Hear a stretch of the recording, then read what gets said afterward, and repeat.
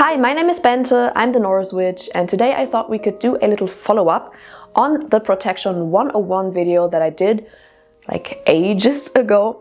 A lot of you were asking for a follow-up going a little bit deeper than just the 101 video, because if I remember correctly, the first video I only really talked about things that you should keep in mind when doing protection spells, so like general information about it, and then I collected some ideas for some protection spells, but I never really talked about anything deeper than that. So that is, I guess, where we will start off with this video. I guess the point of this video is that protection spell does not equal protection spell. There are different kinds of protection spells, and even like different plants would be more suitable for specific kinds of protection spells than others.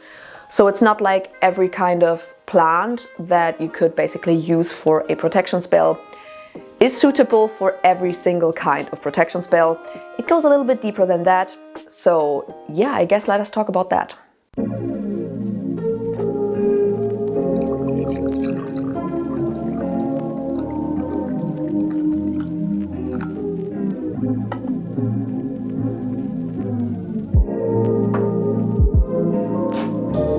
So I guess let us start out with like the most basic kind of protection spell, which would be warding or shielding.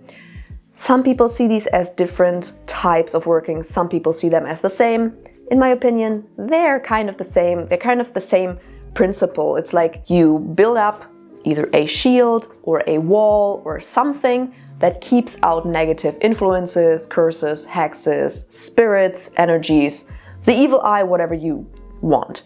That is basically the most, I don't really want to call it a basic protection spell because I don't think there is a basic spell, but it's, I guess, the most well-known spell. Probably everyone has done it at some point, either cast like a ward or a shield around themselves or around their house or their altar or something like that. It's a very, very simple thing that you can do, but I kind of feel like for some people protection workings end with that kind of protection spell. They cast a ward and that's about it. But there are so many more types of protection spells. So with that being said, let us continue. Because one thing I kind of feel like could happen if you put like 10 wards up or something, or like an incredibly strong ward, what could happen, at least that is what I believe, is that some spirits are like, there is this random huge ward that I kind of can't come through. There is something happening there. Someone is like shielding themselves heavily. There has to be a reason for that. It could also be a person who senses that and is like, does this person have something to hide? So in my opinion, a huge ward or like a very intense ward or various layered wards, they can attract a lot of attention that you maybe don't want. So another protection spell, in my opinion, that is not like labeled as a protection spell a lot, but which I personally feel like is definitely a type of protection, is an invisibility spell. So instead of like being there out bold with 5 million wards, you would just make yourself invisible and just try not to be perceived or seen by other people or by spirits. So that way you can kind of go around any kinds of malicious spirits or workings or energies, because if nobody knows you're there, or they can't like detect where exactly you are, they cannot cast anything on you. You know, that's basically the principle. It's kind of like instead of going out in a very busy street with like bright red clothing, but like a big shield, like literally a big shield, dressing in very like muted kind of clothing, staying in the shadows and outside of like the busy streets. It makes it much harder for them to cast anything on you because they can't really detect you. Whereas if you are out there with like a huge kind of shield and like bright red clothing, you're basically screaming at people to throw something to you. You know, it's much easier to target you if you are out there with like this basically castle of shields than if you just make yourself invisible. Of course, these kind of make sense in different scenarios. So if I want like protection from the evil eye or something, if someone can't perceive me, they can't put an evil eye on me. But for example, for my house, I wouldn't necessarily try to make my house invisible. You know, that would kind of be strange. If I would want to, for example, invite a spirit or a deity or something in for a spell or something, and my house is invisible, probably not the best idea. So here you already see which kind of working is the best choice, just totally depends on the situation. Another kind of protection working that is fairly well known and fairly well used is kind of like reflection or mirroring. I don't know if there's like a fancy word for it. If there is, I don't know it, but that's basically what it is. Instead of just keeping things out, it doesn't only like swallow the negative working or the energy sent your way, the curse, the hex, the spirit, whatever. It doesn't only like swallow it and keep it off of you, it also reflects it back to the person or the spirit. So if someone was to try to curse you, for example, it wouldn't just like disappear, it would be reflected right back at them and basically do the same to them that they wanted to do to you. Of course, that's a little bit more of a baneful working. Some people don't really like it because of that, because they don't just blindly want to reflect something back. Also, in my opinion, you should be very, very good at casting these spells to do them, because imagine a mirror. To reflect something right back at the person, you have to have the exact right angle. If you shift the mirror a little bit to the right or to the left, what the person threw to the mirror basically will be reflected somewhere else. So if your mirroring or reflection protection spell doesn't really work exactly as it's supposed to do, in my opinion, it's possible that what someone throws at you will be reflected to someone else or something else. And you probably don't want that. You probably want it to be very, very precise, to throw back things exactly to the person who threw it at you. So just be aware of that. Kind of similar to the mirroring or reflecting kind of protection spell, but still a little bit different also, is kind of like tripwires or something like that. It kind of works like a landmine, you know, you step on it, it explodes in your face. It's kind of the same as a mirroring or reflection protection spell in the way in which something happens to the person who tries to throw something at you or the spirit. But it's a little bit different, because it's not like you throw back exactly the thing that a person or spirit threw at you, but instead you are creating something else that happens to the person. As soon as someone, like a spirit or a person, tries to throw something at you, negative energy, the evil eye, a proper curse or hex or something, as soon as someone throws something at you, something specific will happen to them. It's not like you're mirroring their hex or curse or something. You just define what happens to them. This could, for example, be like a binding, like an automatic binding. You know, if someone tries to curse you, without you having to do anything, this person is bound from doing something like that again. The reaction that happens to someone throwing something at you can be whatever you want it to be. Next up, we have a type of working that is actually specifically targeted towards spirits, and that is spirit traps. There are a lot of different spirit traps available, or like ideas for spirit traps available out there. Especially folk magic is like full of them. A very classic example would be something like, if a spirit comes through the threshold of my front door, they have to count like this bowl of seeds or grains or something until they can come in, and because it's so many of them, they will never be able to do that, so they're trapped there. Labyrinths can also be used for something like that, or something that I know, for example, from Scandinavian folk magic, is like these outgrowths of trees, like birch trees have these outgrowths that look a little bit like the bushy side of a besom, you know? This very weird besom thingy kind of situation. This is also commonly used as a spirit trap. Hagstones can be used as spirit traps, or basically anything with a natural hole. There are a lot of them, especially like folk magic is riddled with different kinds of spirit traps. And these can be very, very convenient, especially if you live near a place that has a lot of spirits that are annoying you all the time, if you have like a lot of paranormal activity around that you just don't want anymore, you want to put that to an end. If you, for example, live next to like a cemetery or something, like any kind of place where there are a lot of struggling spirits around that will go wander around the place. So if you have anything like that, a spirit trap it's great. And a very classic example of that is also a very traditional witch bottle. And here we can also see that you have to kind of make sure which kind of spirit trap you use, because it's kind of like a fly trap. You know, you trap them, but then what do you do with them? There are some that automatically would like destroy the spirit if you want that. The witch bottle is a classic example. The witch bottle attracts the spirit, traps it in the bottle. That's why it is a closed bottle.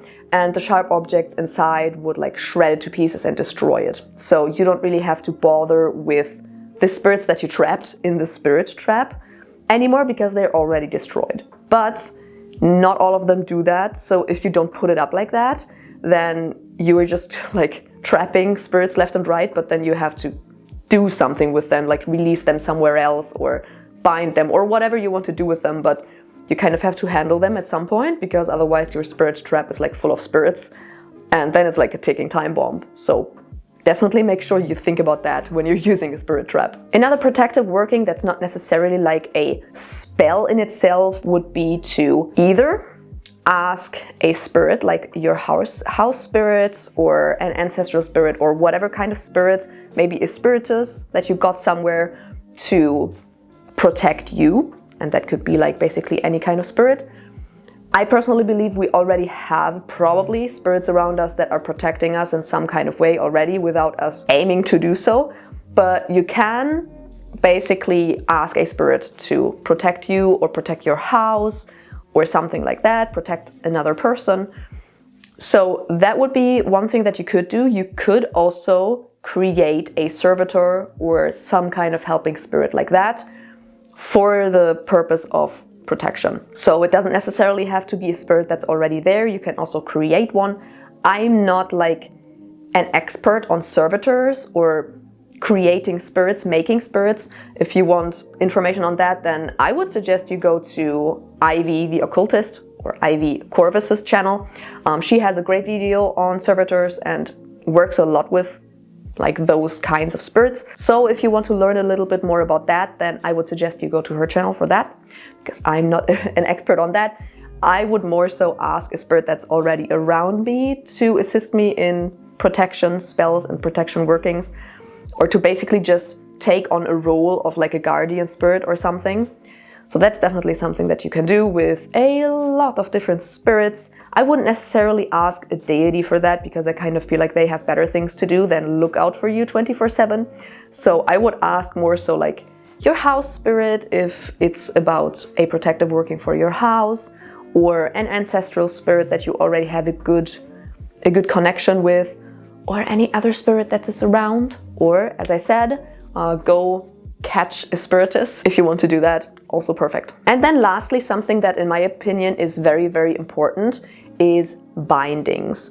So that of course applies to probably someone who is already doing something to you. So for example, if you have a ward and you have realized that someone is continuously throwing something at you, and that's continuously being either reflected or absorbed by your ward, so you want to do something about it, because if they are constantly throwing something at you, then maybe at some point something will come through.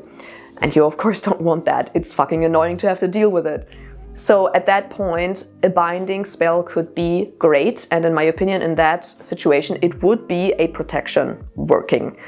So what you would basically do is that you cast a spell on them in various different ways. A lot of us will instantly think of the binding spell in the movie The Craft, which of course it's a classic. You can do something like that, but there are like a million binding spells. You could also freeze someone or whatever you want to do to basically make them stop whatever they're doing. Of course, if you want to, for example, freeze someone, that's only a temporary spell. At some point you will have to take them out of the freezer again, But binding spells can also be permanent. That's the word that I was looking for. They can also be permanent. So if someone is already trying to harm you in some kind of way, or a spirit is already trying to harm you in some kind of way, then bind them from doing that. A very, very important type of protection working, in my opinion. And then lastly, kind of similar to a binding spell in some way, and also for me personally, this would apply to people or spirits who are already trying to harm me. That would be a banishing spell. Also a very, very important thing to know how to do.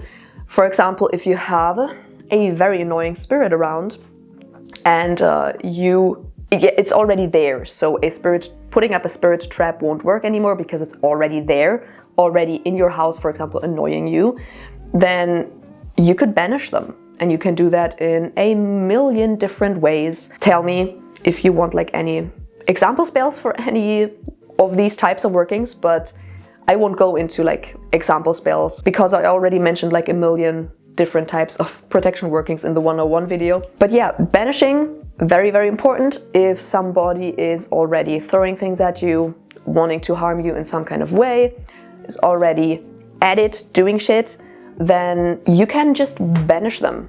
And that could be a spirit that's annoying you already, it's in your house, wreaking havoc basically. Then you can banish them just from your house. And if you already have like protective workings or something up for the house, then they can't come back in, so they can't do anything anymore. And the same applies to, let's say, an annoying coworker who's constantly trying to, I don't know, get you fired or something like that. Then how about you just banish them from your workplace so that they are either finding another job and leaving by themselves, or they are being fired or something like that. Or if you have an annoying neighbor that's constantly coming at you, then you could try to banish them from their house so that they move, for example. And yeah, of course, that way they can't harm you anymore. But of course, they could still harm someone else. So it's always a little bit of a situation-dependent question on whether you would bind them from doing something or just simply banish them. Like if they just have something against you specifically and they're not doing the same thing to other people, then I would probably just banish them. But if they're doing the same thing to other people too, then I would probably bind them from doing that. There are like a lot of different types of protective workings that you can do, and that are, in my opinion, also important to know how to do in case you have to do it at some point. But yeah, with that being said, those were the types that I wanted to mention in this video. If you know of another type of protection working, then of course, put it in the comments as always. And yes, let us do a little bit of a Patreon and YouTube member shout out. Thank you so much to Orchis Studios, Silent Selena, Richard, Standing Fox, Jennifer, Ryan, Alex, Jazz, Naomi, Shaw, Christiana, T-Demon, Elizabeth, Sylvia, Weir Fastira, Katrina, V, Bella, Derek, Smiley, Robin, Kirsten, Shannon, Andrew, Tisha, Sarah, Aziza, Carrie, August, Hannah, Shelby, Helena, SJ, Melle, Ann, Kate, Cade, Z, Kent, Brittany, Emery, Celine, Small Kata, Josh, Elinura, Knarr, Christine, Rixie Business, Annalena, Svenna, Ashley, Tim, John, Phoenix, Jenny, Maggie, Misty, Amy, Bethany, Timothy, Coffee, or the honorary Gossip Squirrel, and last but not least, Bjorn. And now my lovely YouTube members, thank you so much to Mary Ann, Sydney, Betsy, Peony Rain, Milla, and KT. Thank you so much again. As always, I really hope you enjoyed this video. If you did, make sure to subscribe and give a thumbs up and ring the bell down below so you're notified whenever I upload a new video. Of course, feel free to check out my other socials and my online shop for ethically and sustainably sourced witchy wares. And if you want to support me in another way, then feel free to check out my Patreon or my YouTube membership. It's the same thing, just a different platform. And with that being said, I will see you in another video. Bye!